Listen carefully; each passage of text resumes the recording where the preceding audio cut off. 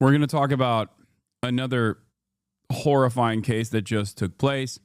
Mohsen Mahdani, a Palestinian-born green card holder and a student at Columbia University deeply involved in the pro-Palestinian activism, who had previously been interviewed by 60 Minutes, as a matter of fact, has been arrested by HSI agents in Vermont in the middle of his appointment to become a U.S. citizen.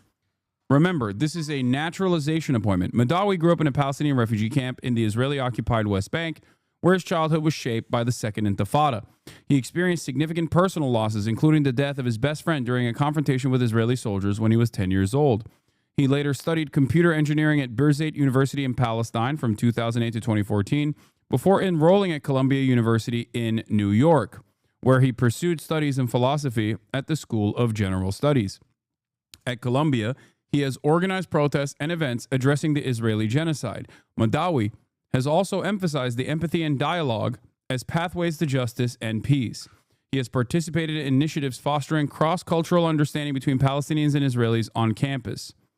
Here is how he was. Here is what took place. Exclusive footage. Columbia student and Palestinian Mohsen Mahdani, who is an American green card holder in the process of getting his naturalization, was just arrested in Colchester, Vermont.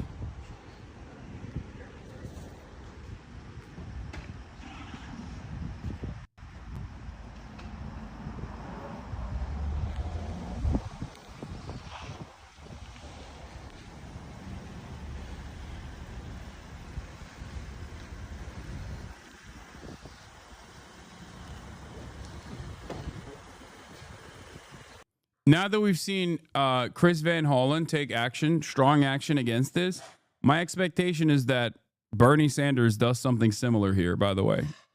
I think he should. He absolutely should.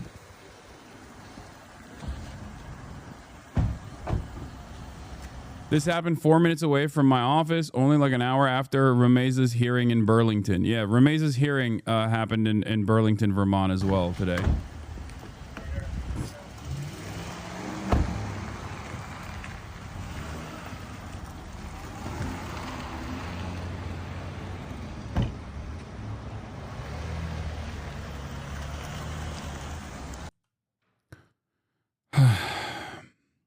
Your initial. Here he is giving an interview to 60 Minutes. Let's take a look at what he had to say in this interview at 60 Minutes. What was your initial reaction when you heard about the Hamas attack on October 7th?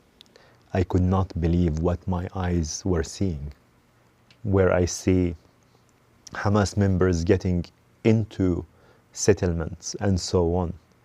But also the first moment I saw that, I put my hand on my heart. And I started praying, knowing that there will be a huge level of revenge from the Israelis. And I was praying that this will not be the result, because it would be disastrous. The night of the rally, I believe someone in the crowd said something very anti-Jewish, not just anti-Israeli, but anti-Jewish. Yes, this was as a walkout on November 9th. And a person who is not affiliated with Columbia, we've never seen him, we don't know who is this guy, comes down the stairs yelling, "Death to Jews." I was shocked, and I walked directly to the person and I told him, "You don't represent us because this is not something that we agree with." And directly what I've done, I took the megaphone and I gave a speech and I said, this is why I said that these guys demonstrated phenomenal messaging discipline and showed, I think, movements for the future. Okay? That this is exactly how you're supposed to keep an airtight protest. The protest marshals were incredible. From what I saw and to the with all the people that I talked to at these camps, these student encampments, They were incredible. They were literally perfect victims. They shouldn't be. They shouldn't have to be, but they still were. And the Biden administration still turned turned a blind eye to the insane police enforcement against these students and actively championed it.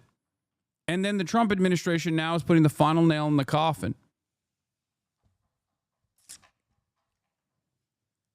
This is truly horrifying. We here are conscious, educated students, and we know how to separate right from wrong. And what this guy has said. This is the person that the Trump administration is working on deporting. He's a green card holder.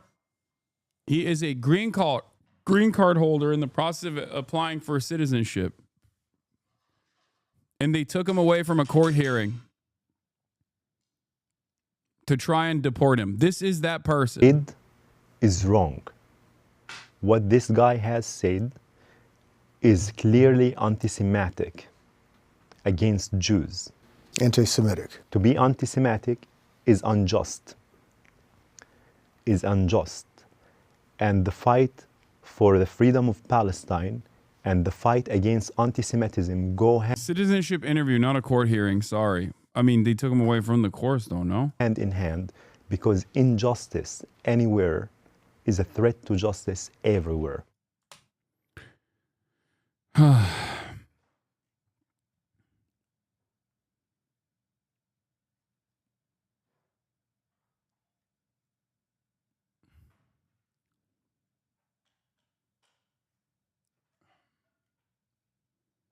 It's horrible, man. It's horrifying. My name is Becca White. I'm a state senator. I'm outside of a building in Colchester, Vermont. My friend Mohsen is being handcuffed. He is inside the building here in Colchester. He is a Palestinian man. He is an Upper Valley resident. He is being detained, is our understanding, inside of 463 in Colchester. They would deport him to an Israeli prison, by the way. That's where he would get deported to, or CCOT. I don't know. He's inside the building. We don't know what side he's going to be coming out of the building. I'm here. A judge I'm going to quickly go blocked live. Columbia University protester I'm going to stay Mohsen live Mahdani from until being we removed see from the him. U.S. We don't know where he is going or what's happening, but he is going to be. We don't know what's happening. Looks like ICE database confirms detention to Columbia University anti-Israel activist Mohsen Mahdani, although it lists his birthplace. This is a New York correspondent for Times of Israel, by the way. So just understand, like, the messaging on this, the way he's talking about it is going to be a little weird. Columbia University anti-Israel activist Mohsen Mahdani, although it lists his birthplace as Jordan and he was born in the West Bank, the database does not have a category for the Palestinian territories. And a judge has now blocked Columbia University protester Mohsen Mahdani from being removed from the United States. He's been handcuffed. So the other gentleman went to the front. If you want to go to the front, so we'll stay here. We saw this part. Him with vehicle. Senator Becca White. Hi there, this is Senator Becca White. I'm standing outside of the building again. I'm out front. While we were down in the back, they came and took him with vehicles. How many cars do you think took him? Well, 4. There were 4 vehicles. Again, this happened in Colchester, Vermont. Mohsen has been taken. He has been detained. Supposedly, they're revoking his green card. He has been taken from Colchester. So a group of... There were 2 cars who parked and then another 2, and they came and took him. We've called the federal delegation. We've reached out to Bernie Sanders' office. I spoke at length with Mohsen last night, says Akila. This is a scoop for the Intercept article, which can someone send this to me without the paywall? Because I don't have the email. I guess I could put a fake email on here. Hold on.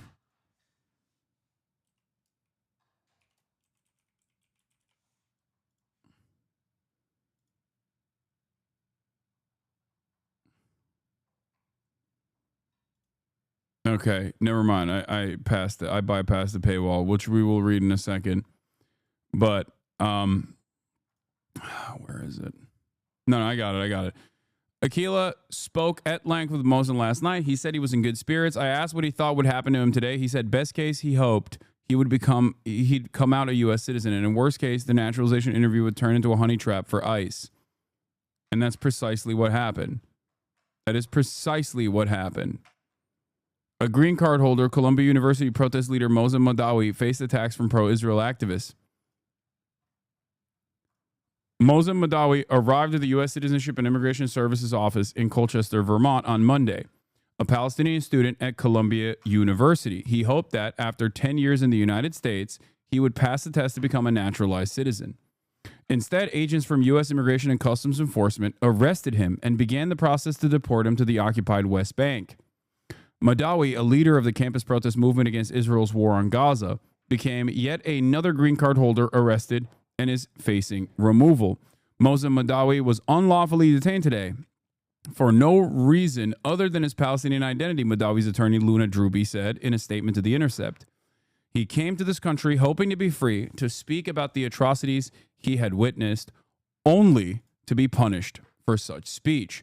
Mahdani's lawyers filed a habeas corpus petition on Monday morning challenging the legality of his detention, alleging the government was violating his statutory and due process rights by punishing him for speech related to Palestine and Israel.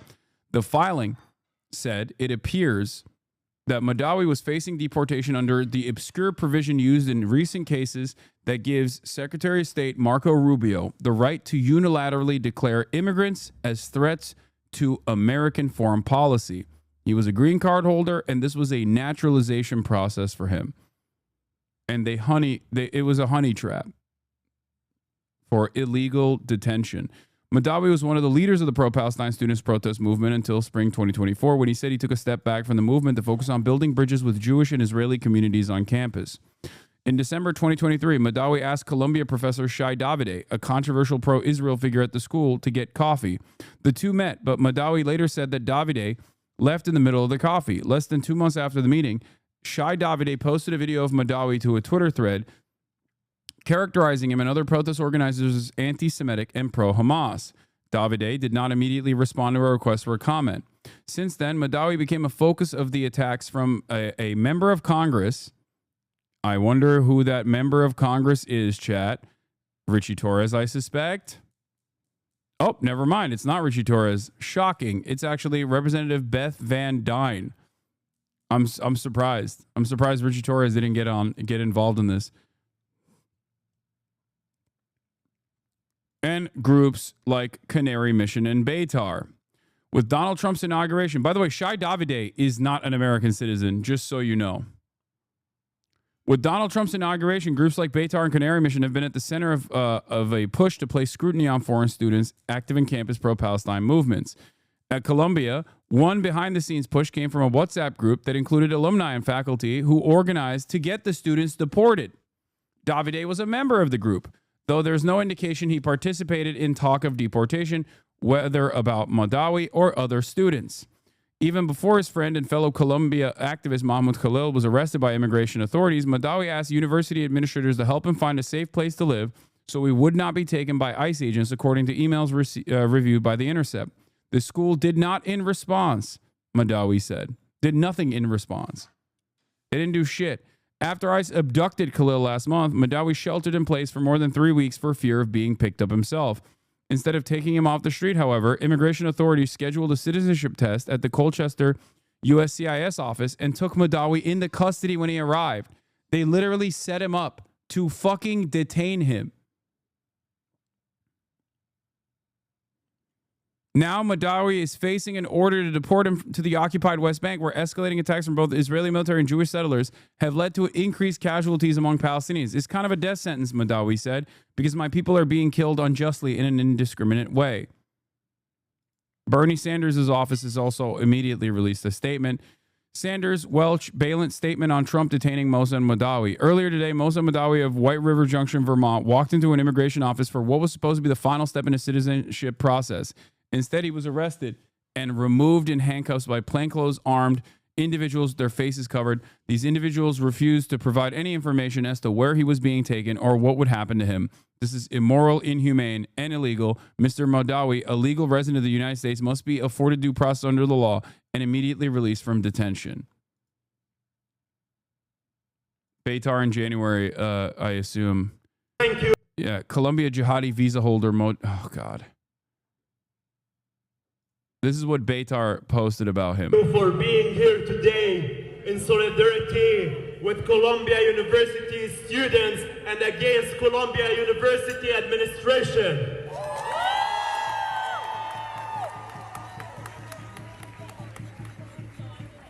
Brothers and sisters, I say thank you as a Palestinian refugee born and raised in a refugee camp as a third generation.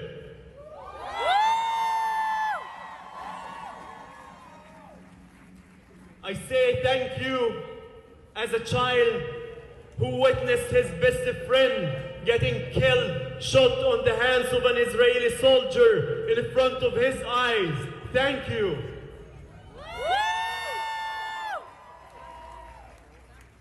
I say thank you as a child who lost his uncle when he was 11 years old. Shame! My uncle Thayer was shot in the head twice and in the shoulder once on the hands of IDF terrorist soldiers. Shame on them. Shame! I say thank you as a child who witnessed a strike, an explosion. And after this explosion, I saw people, 7 people, shattered into pieces in front of my eyes. I had to collect their body parts in my own hands, to collect fingers from the ground and peel off skin from the walls. Shame on you, Israel.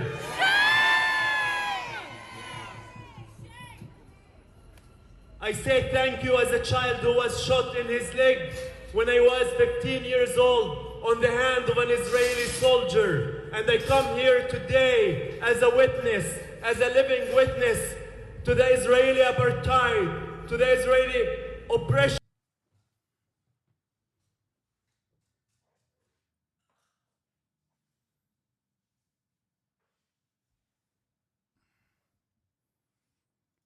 Why is Beitar posting W's? Because they're fucking freaks. Because they can get away with it. Because this administration is literally working alongside them. That's why they post this stuff. Oh yeah. No, What happened? You called Sanders' office? Okay. talked to Becca and I've called David, but I haven't heard back. So if you have anybody who you could you call. want me to call Ryan? Yeah, call Ryan. Yeah. So this is like a serious situation. Our friend Mohsen, I think this is the first thing like this that has happened in Vermont. I mean, this is outrageous. This is like I think this, I don't even know how to describe it. He was told that he was kidnapped. He was kidnapped. Yeah, so this is a constituent. This is a person. This is a great person. I'm not quite sure what to do now. We're in a weird position. Thank you for your support over the years. Should I post the video on Instagram? The video of him being taken on Instagram? You can post that on there. Okay. I posted it on Twitter. You posted it on Twitter? Because I did it for my journalist group. Okay. So yeah, you can post it. Then. We already covered this. Here are Turning to Burlington protesters right now, a in federal Burlington rally outside the detention hearing for international student Rumeysa Öztürk. judge is hearing arguments for the release of Rumeysa Öztürk, the Tufts University student who was detained by ICE back in March. Öztürk was briefly held in Vermont before her transfer to a detention facility in Louisiana. So her lawyers filed a petition while she was still here. That's why the case is in Burlington today. NBC5's Charlotte Hancock joins us live right now outside of the courthouse. Charlotte, what's the latest on what's happening inside? Yeah, so right now, attorneys on both sides are still arguing on who has jurisdiction. They're also still arguing on where her appeal should have been filed.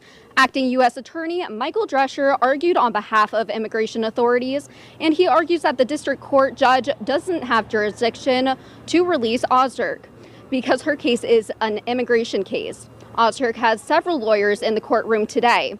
They've argued that her arrest was unconstitutional, claiming that she does not need to be in prison to go through the removal process, and that she was never notified that her visa was revoked before her arrest. Her attorneys also claim the government used her arrest to send a message for people who speak out against administration's beliefs. This has to do with an op-ed Ozturk wrote at Tufts University commending the war in Gaza. Today, activists from the Vermont Coalition for Palestine Liberation rallied for her release.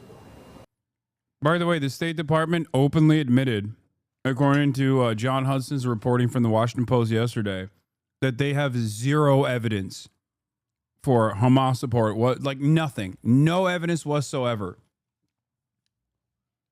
Nothing anti-Semitic was ever said. Yeah, State Department, zero evidence. John Hudson scoop for Washington Post. Days before mass immigration and customs agents detained Tufts University student Rumeysa Öztürk to deport her, the State Department determined that the Trump admin had not produced any evidence showing that she engaged in anti-Semitic activities or made public statements supporting terrorist organizations, as the government has alleged. Which, by the way, is still not this. I need people to understand something.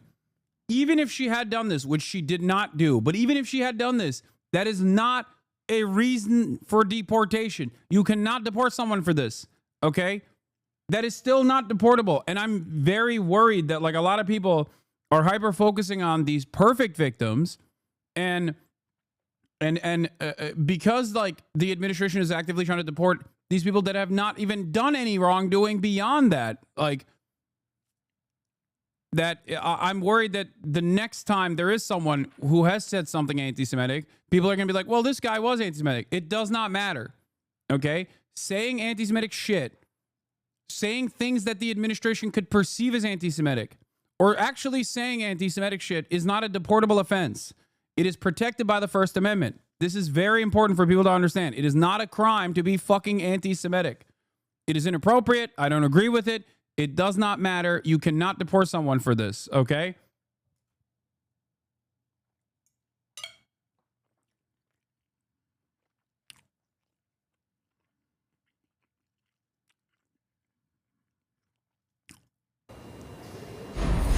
We're here today in solidarity with her, demanding her immediate release and reparations be paid to her, and all of her rights as a student, as a person in this country, be immediately reinstated, and a public apology issued by the Trump administration. Our democracy is at stake, and we will not be intimidated. We will not go back into the shadows. We will defend everybody under attack without exception. Stop doing this. Stop. Paul.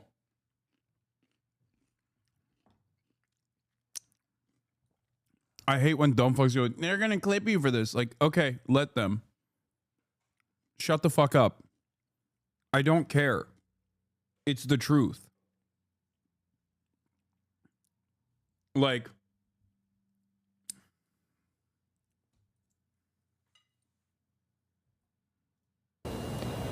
Lawyers for Ozturk will continue to make their case this afternoon, and then the U.S. attorney will have an opportunity to respond. We'll continue to follow the latest and give you updates. Live in Burlington, I'm Charlotte Hancock, NBC 5 News.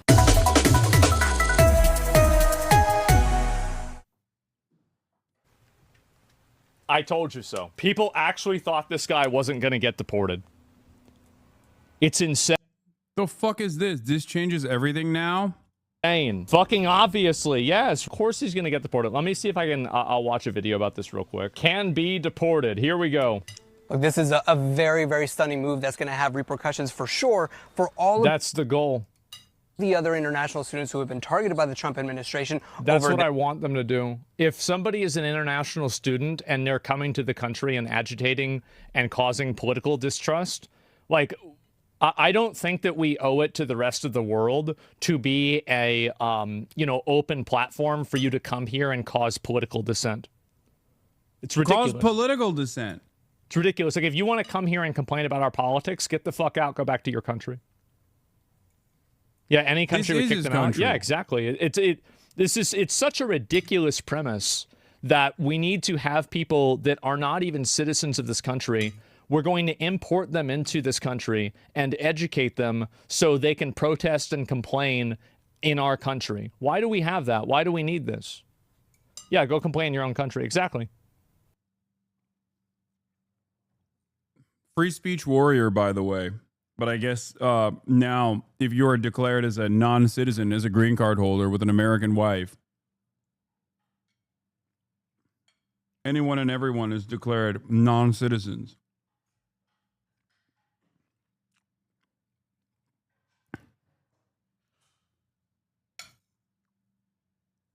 The First Amendment is supposed to protect citizens and non-citizens on U.S. soil alike, whether they are documented or even undocumented, as a matter of fact. That's how it's worked. That's how it's always worked. That's how it's supposed to work. The notion that, like, oh, well, these guys are stirring up shit.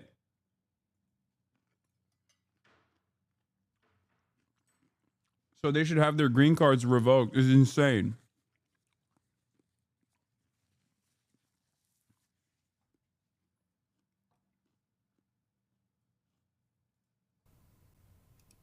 Their actions and demonstrations that they've been participating in under at campuses all across the country. I'm just looking at my notes here because, as you mentioned, I'm just running out of court right now. But it's really, really important because Judge Jamie Comins has found that Mahmoud Khalil is removable under the Secretary of State Marco Rubio's assertion that his continued presence and his actions in the United States actually compromise foreign policy and political priorities. That's very stunning because that is actually the only thing that she ruled on today. She did not rule on the other allegations that were raised by DHS that he allegedly misrepresented information on his green card application. None of that matters. It doesn't have to matter. Like, they can just deport him for whatever reason they want.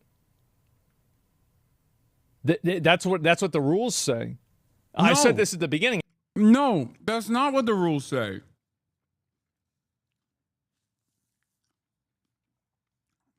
And then there's the second question, which is, even if that's what the rules said, is that appropriate? I don't think it is.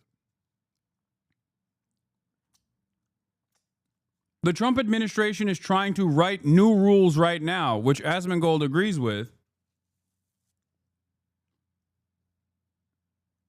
Oh God, this commentary is so fucking stupid. I don't think I'm going to watch this whole thing, man. I'll lose my goddamn mind.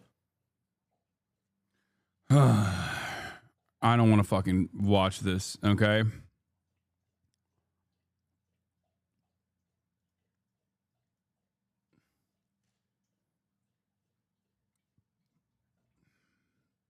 So fucking stupid.